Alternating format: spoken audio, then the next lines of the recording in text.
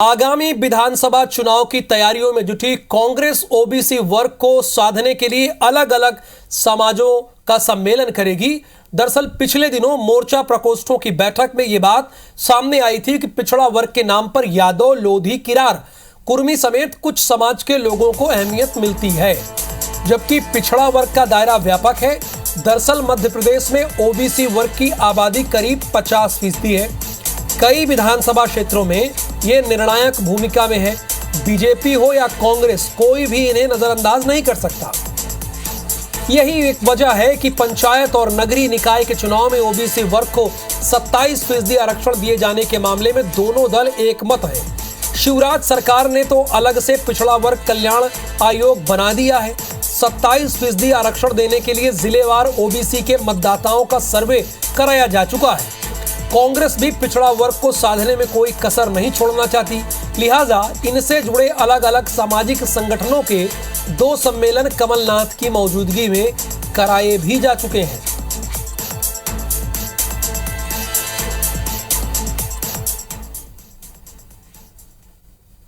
हम पिछड़े वर्ग के तमाम समाजों के हित में काम करना चाहते हैं, तो पिछड़े वर्ग में छोटे छोटे समाज हैं जिनकी संख्या कम है, उन्हें अभी तक वो स्थान नहीं मिल सका जो मिलना चाहिए था। इसलिए कांग्रेस पार्टी का प्रयास है कि अलग अलग समाजों की बैठक की जाए, उनके प्रतिनिधियों को प्रतिनिधित्व दिया जाए और आगे आकर राजनीतिक मौके भी दिए जाएं। कांग्रेस ने तो छाती में छुरा घोंपा है ओबीसी वर्ग के।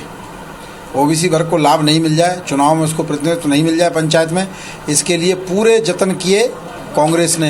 अब घड़ियाली आंसू बहा रहे हैं जब उनको समझ में आ गया कि ओबीसी वर्ग उनसे कट गया है, बिदक गया है, तो इस प्रकार की नाटक नौटंकी कर रहे हैं। कांग्रेस कोई सामाजिक सम्मेलन नहीं कर सकती, वो एक खुद में ही असामाजिक जैसी स्थिति हो रही कांग्रेस पार्टी की। और भोपाल से हमारे संवाददाता नवीन कुमार सिंह इस वक्त हमारे साथ लाइव जुड़े हैं। नवीन, मैं आपसे जानना ये चाहता हूं कि जो 1.5 साल बचे हैं तब भारतीय जनता पार्टी और कांग्रेस को ओबीसी की सुधाई है, या वाकई ये ओबीसी वर्ग के लिए दोनों दल कुछ बेहतर करना चाहते हैं? देखिए, दोनों ही दलों की कोशिश है कि ओबीसी वर्ग को साधा जाए किसी भी तरीके से। चूंकि मध्य प्रदेश में अगले साल चुनाव है और इन चुनावों में दोनों ही दलों की कोशिश है कि सत्ता में वापसी की जाए। हालांकि कांग्रेस ने 2018 में काफ़ी हद तक ओबीसी का माइलेज लिया था और सत्ता में लौटी भी थी, लेकिन 1.5 साल बाद ही मध्य प्रदेश में कांग्रेस की सरकार गिर गई। उसके बाद मध्य प्रदेश में भारतीय जनता पार्टी की सरकार बनी। मध्य प्रदेश में भारतीय जनता पार्टी की सरकार बार बार ये दुहाई देती है कि जितना ओबीसी के लिए काम बीजेपी की सरकारों ने किया है उतना किसी भी पार्टी ने नहीं किया, खासकर कांग्रेस ने।